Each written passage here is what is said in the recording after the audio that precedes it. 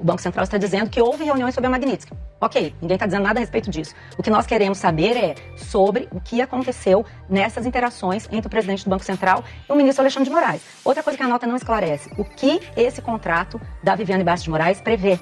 O que o ministro Alexandre de Moraes tem a ver com esse contrato? Por que a mulher do Alexandre de Moraes recebe 3 milhões e 600 mil reais por mês ao longo de 3 anos para realizar um serviço que ninguém identificou ainda? Gente, Brasília explodiu hoje depois das desculpas esfarrapadas de Moraes sobre a relação dele com o Banco Master.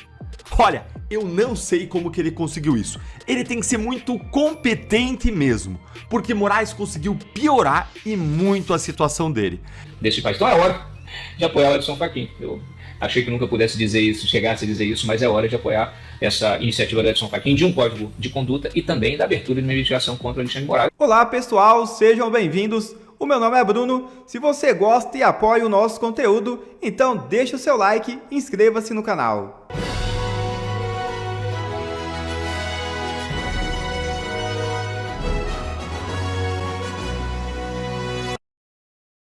A coisa fedeu para Alexandre de Moraes.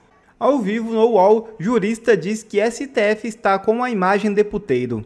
É isso mesmo. O jurista Walter Maerovitch soltou o verbo ao ser questionado sobre a possibilidade de impeachment de Alexandre de Moraes. Ao vivo no portal UOL, ele afirmou com todas as letras que o STF não pode ficar com a imagem de puteiro. E não acaba por aí. Jornalista da Globo dobra a aposta e desmente Moraes ao vivo na Globo News. É isso mesmo. Alexandre de Moraes emitiu uma nota afirmando que a reunião com o presidente do Banco Central não era sobre o Banco Master, mas sobre a Lei Magnitsky. Porém, desta vez aconteceu algo inédito. A Globo manteve a informação e está travando uma batalha contra o ministro. Ao vivo na Globo News, a jornalista Malu Gaspar desmentiu Moraes, mostrando que a reunião mencionada na nota do ministro não é a mesma, pois a da sua matéria ocorreu antes da sanção da Lei Magnitsky.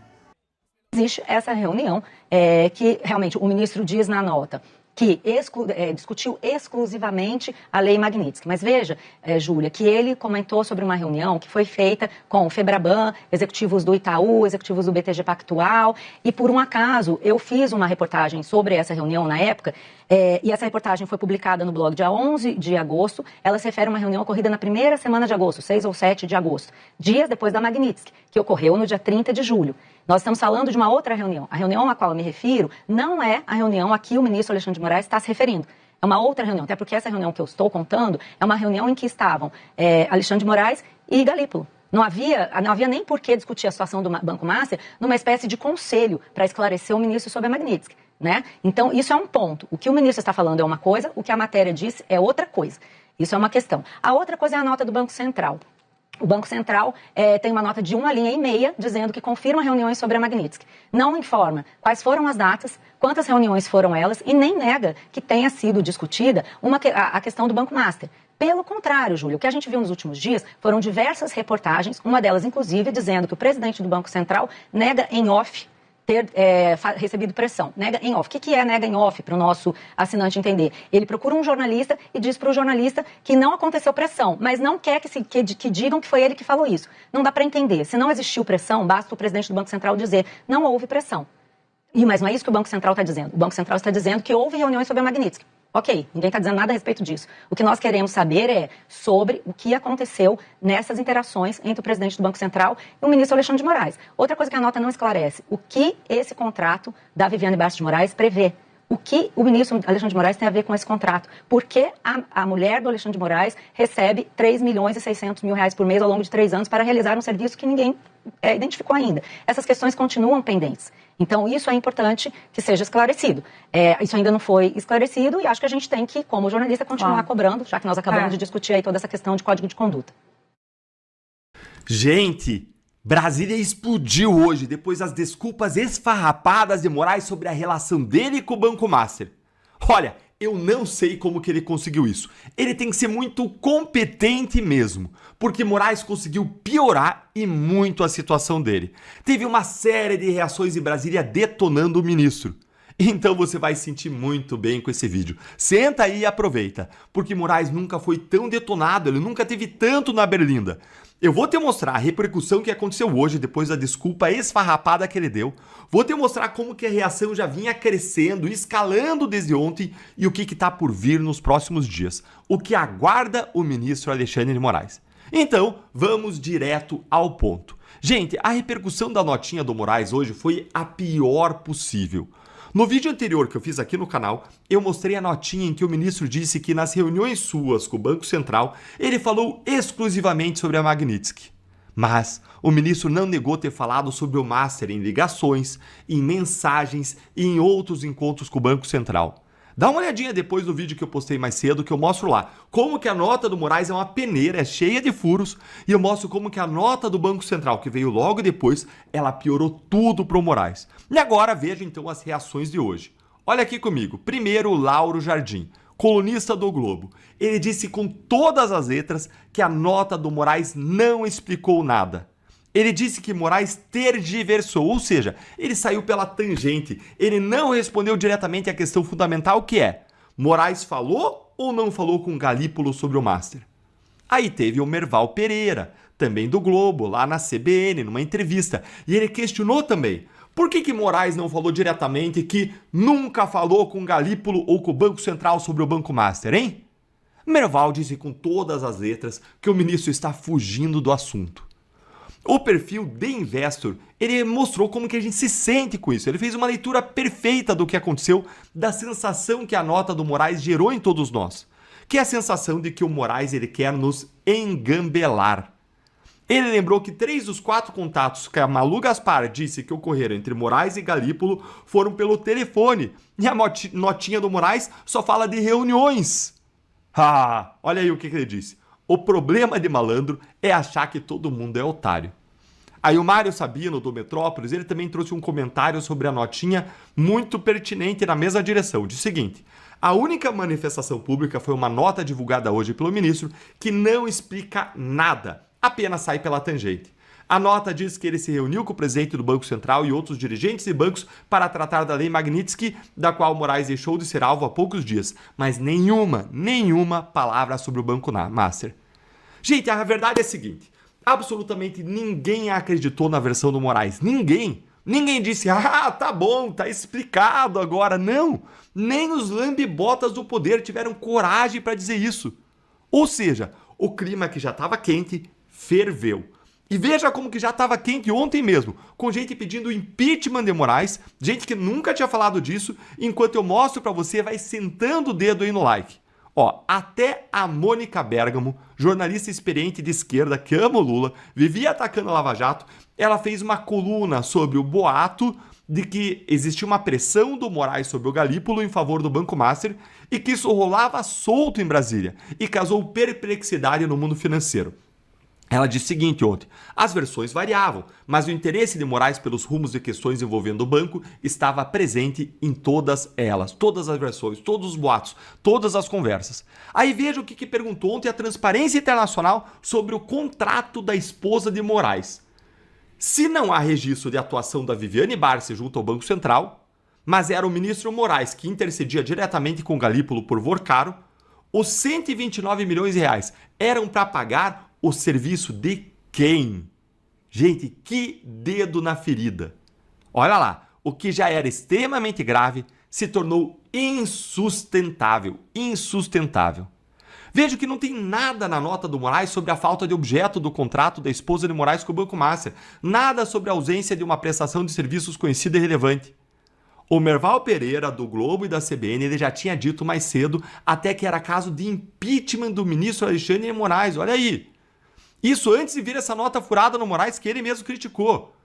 Até um jurista bem comedido, Walter Majorovic, ele já tinha dito que houve nitidamente um indício de crime nessa situação do Moraes. Olha aqui, Majorovic vê notícia de crime em relato sobre Moraes e o Banco Master e cobra apuração. Ele disse ainda que esse caso pode configurar advocacia administrativa e criticou o silêncio da PGR. O professor Alexandre Zamboni, na internet, nas redes sociais. Não precisa ler aí que eu vou te dizer o que ele fala aqui em resumo. Ele faz análises técnicas sempre sobre situações da vida real que são criminosas. Ele vive fazendo essas análises. E ele também disse que se os fatos forem verdadeiros, existe aí um crime de advocacia administrativa. A análise, então, é a análise de todo mundo, gente. Então, é de que Moraes pode ter praticado um crime. E a temperatura ela já estava alta e ficou explosiva. O Josias de Souza, no UOL, ele disse ontem o seguinte, ó. Dá uma olhadinha aqui, ó. Silêncio de Moraes sobre Master vai do inconcebível ao intolerável. E o Joel Pinheiro, lá na Folha de São Paulo, ele já perguntava ontem se discutir o impeachment de Moraes é golpismo, dizendo que os desvios do ministro têm que ser investigados e punidos. Gente, nós nunca vimos uma onda de reação e crítica contra o Moraes assim na história. É algo de uma proporção imensa. E a gente está aí na beira do Natal. Vários colunistas estão viajando, deixaram colunas prontas sobre outros assuntos. É uma onda de reação como a gente nunca viu. E isso está saindo do controle do STF. E a questão que fica é, o que vai acontecer agora? O que nós já temos no radar sobre isso? Olha essa análise interessante aqui do procurador da República, Hélio Telho. Ele disse que o Moraes ele se tornou um peso aí para o sistema, um perigo para o establishment, porque ele pode acabar com qualquer um no estralar de dedos e não tem nem para quem recorrer. Então o establishment está todo com medo do Moraes, acha que ele passou a ser um peso e está aproveitando desse erro do Moraes para se livrar dele. E nós já vemos muita gente também se movimentando para fazer novos pedidos de impeachment e investigação contra o Alexandre de Moraes. O senador Alessandro Vieira, ele disse que ele vai coletar assinaturas para investigar a relação de Moraes e o Banco Master em uma CPI. O deputado Carlos Gilberto, do PL, ele anunciou, líder da oposição, ele anunciou que a direita vai entrar com um novo pedido de impeachment do ministro Alexandre de Moraes. Depois desse escândalo todo do Banco Master, envolvendo escritórios de familiares de ministros, começa a surgir uma solução mágica, vinda da velha mídia e dos ministros, ou de parte dos ministros do STF. Um código de conduta, um código de ética do STF, um freio de arrumação. Eu vou te contar por que essa história não é verdadeira, o que está por trás disso e como isso pode te prejudicar. Bom, a gente tem visto, a Globo News tem falado de um freio de arrumação, o ministro Fachin tem promovido a ideia de um código de conduta. Já contei aqui algumas vezes que, passado o julgamento do 8 de janeiro, o Supremo ia voltar ali para as suas ilhas, né? Cada ministro tem a sua posição, cada ministro tem a sua avaliação sobre temas diversos. O caso do Código de Conduta do ministro Fachin, a proposta, expôs as divergências nos bastidores e agora, de forma pública, também a gente vem acompanhando algumas declarações como a do ministro Gilmar Mendes. Passado o 8 de janeiro, o Supremo não só tem essas divergências, como você vai ter uma cobrança nos bastidores, e eu tenho ouvido isso nas minhas apurações, para ter uma espécie de freio de arrumação em todos esses casos que a gente está acompanhando. No caso específico do caso Master, envolvendo o ministro Toffoli, a revelação do jatinho com o advogado de um dos envolvidos, e também no caso do contrato da esposa do ministro Alexandre de Moraes, principalmente em relação ao contrato, o que eu mais escuto de diferentes ministros da corte é de que gera um constrangimento o fato de que não tinha um objeto definido, como a gente viu na revelação até aqui do jornal o Globo, de que ninguém explica exatamente o que era para fazer com aquele contrato, com aquele valor, e ministros da corte nos bastidores estão se dizendo constrangidos e acham que isso sim dificulta limpar a imagem do Supremo, remover esse desgaste que a gente vem acompanhando já há algum tempo e a corte no centro, no olho do furacão. Qual que é essa cobrança? Aqui tem uma explicação. Hoje a gente viu essa explicação sobre as reuniões, de que seria a Magnitsky, essas conversas com o presidente do Banco Central e o ministro Alexandre de Moraes, mas não tem informação nenhuma sobre o contrato. Então, essa é a grande cobrança que eu escuto nos bastidores de ministros da corte. Sobre o código de conduta, o ministro Fachin, na visão desses integrantes da corte, vai tentar explorar ao máximo, vai tentar achar ali algum ambiente para tocar, para fazer com que esse projeto avance, embora alguns desses ministros reclamem também de que ele começou a discutir isso fora, de que não tem um texto definido, mas que ele tem como fazer isso ganhar força, principalmente nesse momento. Nesse momento, eu tô falando a partir de 26, porque 2025 acabou, claro. Mas só para mostrar um pouco o clima que tá nos bastidores de constrangimento, sim, embora não falem publicamente, estão avaliando que a situação está ficando complicada e é melhor explicar, porque não tem muita informação sobre o que de fato aconteceu e para que de fato foi esse contrato que foi firmado. Em primeiro lugar, o que eles querem é passar uma borracha no passado. Então eles falam, vamos virar a página, vamos fazer um código de conduta, daqui para frente tudo vai ser diferente. Não é verdade. Primeiro que não interessa a nenhum de nós passar uma borracha em coisa alguma. A gente quer ver investigado esse caso Master. A gente quer que quem tem culpa, se é que alguém tem culpa, é muito difícil que não tenha, seja punido. A gente quer ver isso profundamente examinado. por todos nós, que isso venha a público, venha à luz. E depois que a gente também não quer virar a página com uma solução mágica, dizendo agora nada mais vai ser problemático porque a gente tem um código de conduta. Código de conduta, uma ova, código de conduta para quem não cumpre a Constituição. Esse caso Master não é um caso isolado, nem dentro do escritório dos familiares do ministro Moraes e nem o escritório de familiares de ministros é um caso isolado ou restrito ao ministro Moraes. Isso é algo completamente difundido. Existe um mercado em Brasília em torno dos escritórios de familiares de ministros especializados em criar esse tipo de contatos com os ministros. Todo mundo sabe, a própria OAB muitas vezes acolhe esse tipo de advocacia e tem até mesmo nos seus quadros mais importantes esses advogados que representam esse tipo de advocacia. Portanto, isso é muito forte, isso está estruturado em Brasília há muitos anos. É de uma imensa ingenuidade acreditar que você fazendo um código de ética, você vai para o STF, você vai resolver algo assim, algo tão profundo e algo tão lucrativo. Não é assim que se resolve esse problema.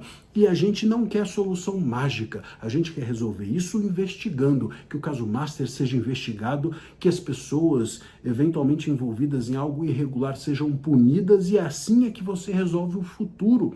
Você não resolve o futuro com código de ética, você resolve o futuro evitando a impunidade em relação a irregularidades que eventualmente aconteceram ou estejam acontecendo nesse caso Master. E esse é o grande problema. Ao dizer nós temos agora a solução, o código de ética, que é algo que a velha mídia junto do STF está promovendo. O que eles querem, na verdade, é dizer, esqueçam o que aconteceu. Temos agora uma nova solução e ela vai dar conta de resolver o problema. Então, com isso, se esquece o presente e o passado, passa-se uma borracha e cria-se uma ilusão de que um código de ética é capaz de conter esse mercado lucrativo dentro de Brasília. Isso é um absurdo, isso é nos fazer de bobos, isso é nos fazer de tolos. E isso a gente não quer. Então, cuidado com essa história de código de conduta vai resolver tudo, porque vai resolver tudo para eles. Mas o que soluciona para eles não é o que soluciona para nós. E a gente precisa ficar atento a isso. Olha, se a reportagem da Malu Gaspar no Globo estiver certa, significa que Alexandre Moraes tentou atuar lá no Banco Central em benefício do Banco Master do Daniel Worcado. Ah, Cláudio, tudo bem? Não, tudo mal, né? Porque, efetivamente, se o ministro fez isso, e segundo ela, ele fez pelo menos 5 vezes, 4 ligações e uma presencialmente, defendendo aquele negócio do BRB, né, com o Master, significa que ele atuou não por voluntarismo, né, até porque o que um ministro do Supremo teria, né, de interesse numa operação entre dois bancos, né, como aconteceu lá com o Master, não havia inclusive nenhuma investigação do Supremo, não havia nada, não tinha nenhum motivo para atuar que não fosse aquele da representação do escritório da sua mulher. Ou seja, a Viviane Bacia, a gente sabe hoje, ela fechou um contrato, e as cláusulas desse contrato hoje são públicas, de 129 milhões de reais com o Master, para defender o Master em vários órgãos federais, né, inclusive no Banco Central. E aí, eis que, de repente, não é ela que aparece, né, tentando conversar com o Galípolo, com o presidente do Banco Central, ou com algum diretor do Banco Central, não é ela que aparece em audiências, em pedidos, né, de agenda com autoridades do Banco Central. É o seu marido, ministro do Supremo. Bom, se isso tiver certo, significa que o Alexandre Moraes ele praticou crime, né? Quais crimes? Nós temos vários aí, desde advocacia administrativa, tráfico de influência, exploração de prestígio, corrupção passiva, organização criminosa, tudo isso. Tá? Eu escrevi inclusive um artigo que está no site, eu recomendo a leitura a todos. Se for isso mesmo, eu diria que é algo de proporções épicas, é um escândalo de proporções épicas, tá?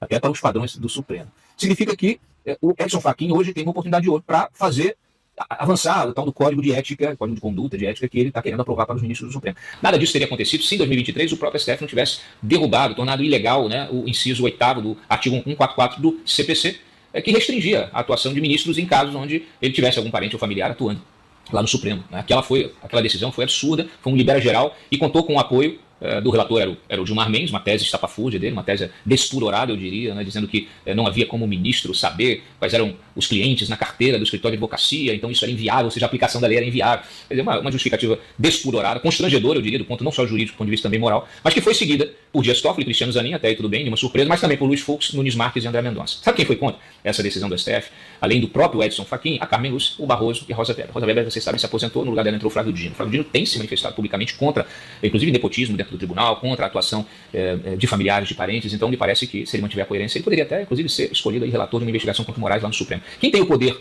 de abrir uma investigação hoje contra o Alexandre Moraes? O próprio Edson Fachin, presidente da corte. A pedido de quem? A pedido da PGR, do Paulo Gonet. Resta saber se o Paulo Gonet terá coragem, terá estatura moral para fazê-lo. Então, assim, além da questão do código de ética, nós temos aí a possibilidade realmente que o Edson Fachin possa abrir uma investigação contra o Alexandre de Moraes. Claro, isso é impossível, isso não vai acontecer.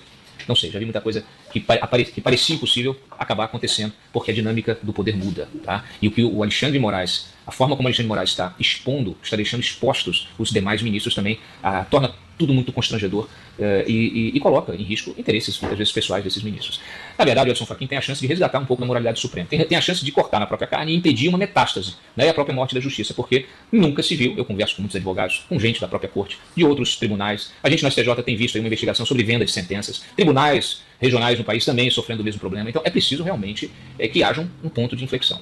Então esse caso do Alexandre de Moraes tem tudo para ser um Linden case, né? Um caso paradigmático, aquele que vai mudar, que vai virar a página, né? Que vai virar a página da justiça desse país. Então é hora de apoiar o Edson Fachin. Eu achei que nunca pudesse dizer isso, chegasse a dizer isso, mas é hora de apoiar essa iniciativa do Edson Fachin de um código de conduta e também da abertura de uma investigação contra o Alexandre de Moraes. A menos que o Alexandre de Moraes prove que tudo isso é uma mentira do Globo. Será? Ele está em silêncio até agora. Então a gente só pode lidar com o silêncio do Alexandre de Moraes, o silêncio da Viviane, o silêncio do Master e com as informações que vão surgindo, que vão sendo expostas a cada reportagem. O Galípolo, dias atrás, ele está sendo convocado, né, para prestar informações, não só ao TCU, mas também ao próprio STF. Lá tem o Dias Toffoli como relator, né, mas o Galípolo foi questionado sobre isso e disse à imprensa dias atrás que tem todas as iniciativas, as ações tomadas por terceiros junto ao Banco Central em benefício do Master, ele tem tudo isso registrado, tá? Isso é muito contundente, tá? Porque significa que ele poderia ter, sim, as provas desta atuação do Moraes. Talvez isso justifique o silêncio do Moraes.